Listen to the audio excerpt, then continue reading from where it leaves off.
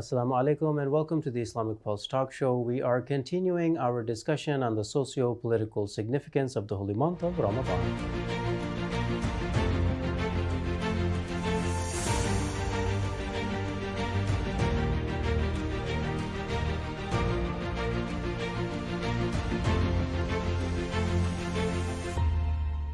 Assalamu alaikum and welcome to the Islamic Pulse Talk Show. We are here in the studio continuing our discussion on the socio-political significance of the holy month of Ramadan.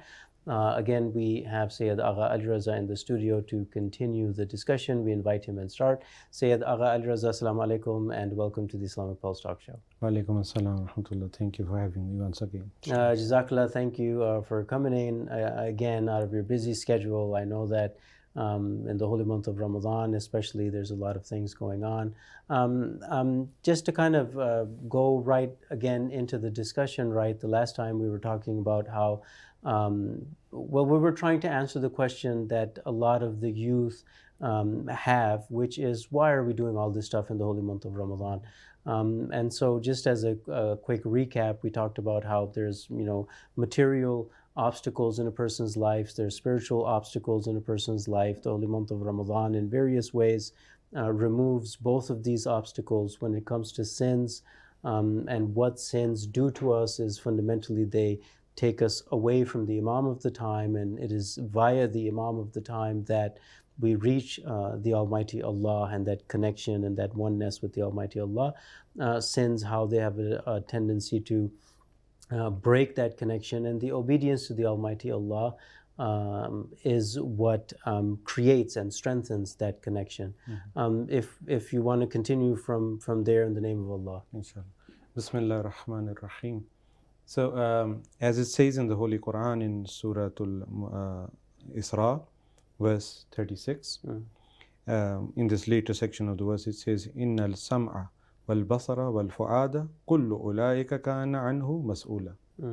So your ears, your eyes, your hearts, all of these are accountable to God, Allah subhanahu wa ta'ala. So the question again, let us lead with questions. Why? Why does the heart, the mind, the eyes, the mouth, the ears, the hands, all of these, why do they need to be accountable? When you read the Quran, you realize because they were created for a job. You see, if you are sent out as a representative of some company to do some activity, right? Yeah, sure. Right? And they give you a car, they give you some money, they give you some equipment. They'll ask for a complete report at the end of the day, right? Yeah. Because they're spending, that it is their property that you're using.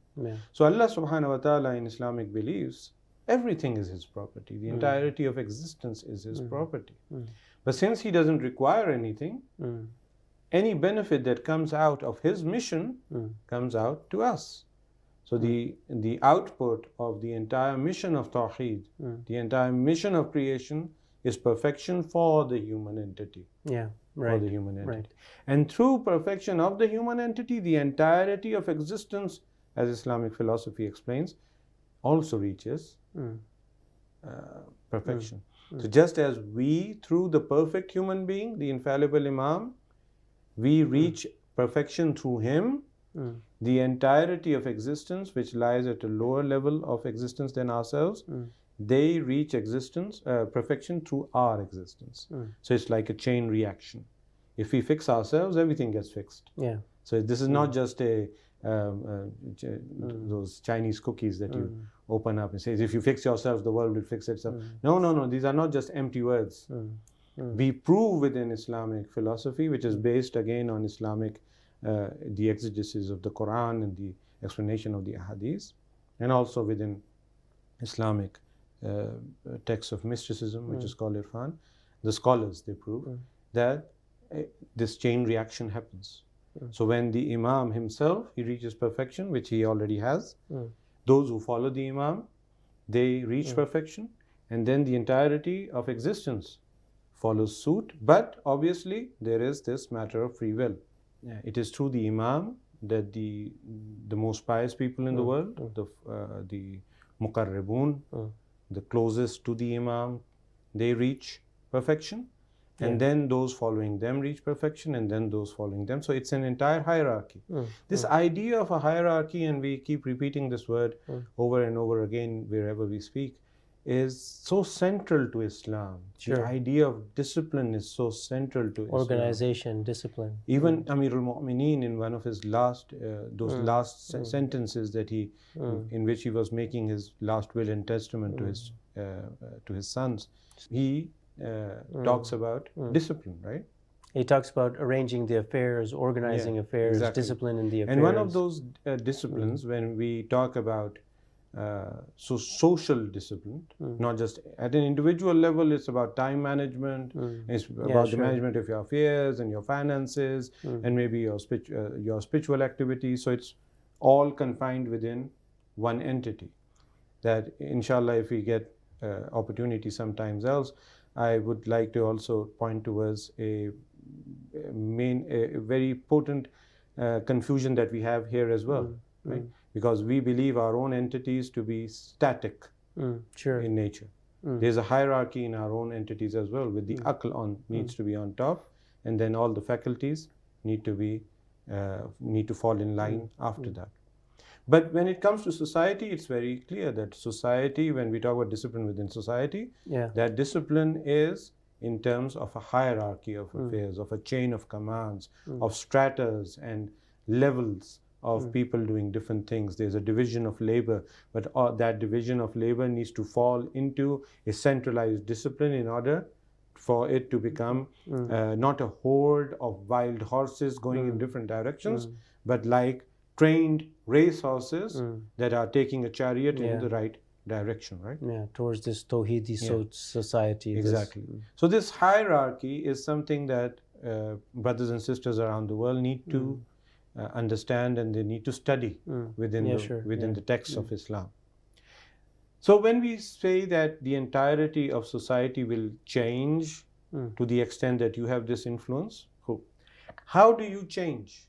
The thing that we talked about in our last session was this: there are certain elements in our life that we do not realize have been created by our enemies, human enemies or enemies from beyond. And the entire purpose of these elements, be they activities or actions or media products or lifestyle or a host of other things, the entire idea and purpose of these instances, of these elements, is to convince us that we are useless, is to convince us that we cannot do anything, that we cannot create change, that we are not potent elements, we are not strong elements, we are not things, we are not entities that can turn worlds around. So you see, for example, in contemporary Western philosophy, they talk about the purposelessness of existence. So me as a human being, you as a human being, millions of other people out there, contemporary Western philosophy will teach you that you are a fluke of nature. It's all meaningless. It's all meaningless. You are just a consequence and a result of something that happened by chance. There is no grand design. There is no mission, tawheed or otherwise. Yeah, how utterly depressing, especially when you compare it to this beautiful Khalifatullah fil ard that the Almighty Allah has created humanity for, and the Holy Quran has talked about it, and the infallibles have talked about it, and the pure Muhammadan Islam talks about it. What a beautiful thing on this hand, and then you have this, humbly say, garbage, which is teaching you that you're not worth anything, you don't have any value, you're just this speck in this infinite continuum of time and space. It's you're a meaningless speck in a vast continuum of meaninglessness. Yeah. So it's like meaninglessness within an infinity of meaninglessness. And what that does is, as a result, is like it's a circle. It's a vicious circle. All of this philosophy is not just contained within philosophy. They have created structures so that it trickles down and in fact permeates all of the stratas, all of the levels of culture within human life, right? So what this does is there is a vicious circle. They tell you that you are meaningless. When they convince you that you are meaningless and you have no consequence, right? Then all of the inhibitions that might be right or wrong, whatever inhibitions that society creates or you have created individually because of your own innate morality, all of those become meaningless. So for example, if someone was convinced that life has no purpose and life or death are like it doesn't so what matter does it whether matter you steal or you whether tell I the steal or I truth kill someone or I what difference does it make? They're going to die anyway, right? So it's why live poor? a dog eat dog world, right? Dog eat dog world. Right. That is what and then someone who is not strong intellectually, who cannot stand and in fact answer these philosophical pieces of propaganda that are being bombarded into society through media products, to comic books, to movies, through artwork, through music, everything.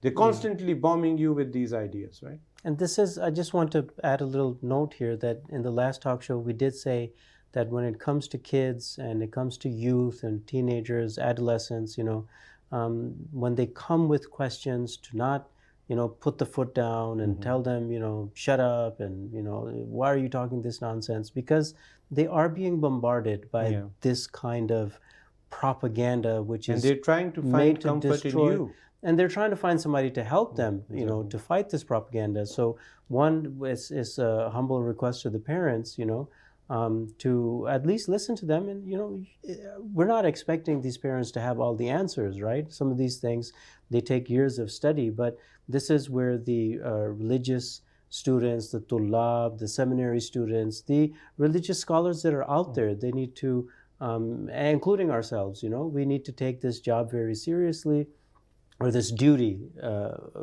this responsibility seriously, and help this youth that is out there, especially in this holy month of Ramadan. In fact, since you've mentioned something that is very important, let me put in a footnote here. The idea of being revolutionary isn't just like having a few flags on and going to marches. A student of Islam who is revolutionary is a student of Islam who is doing this, according to the narration, Rahimallahu man ahya amrana. Someone who...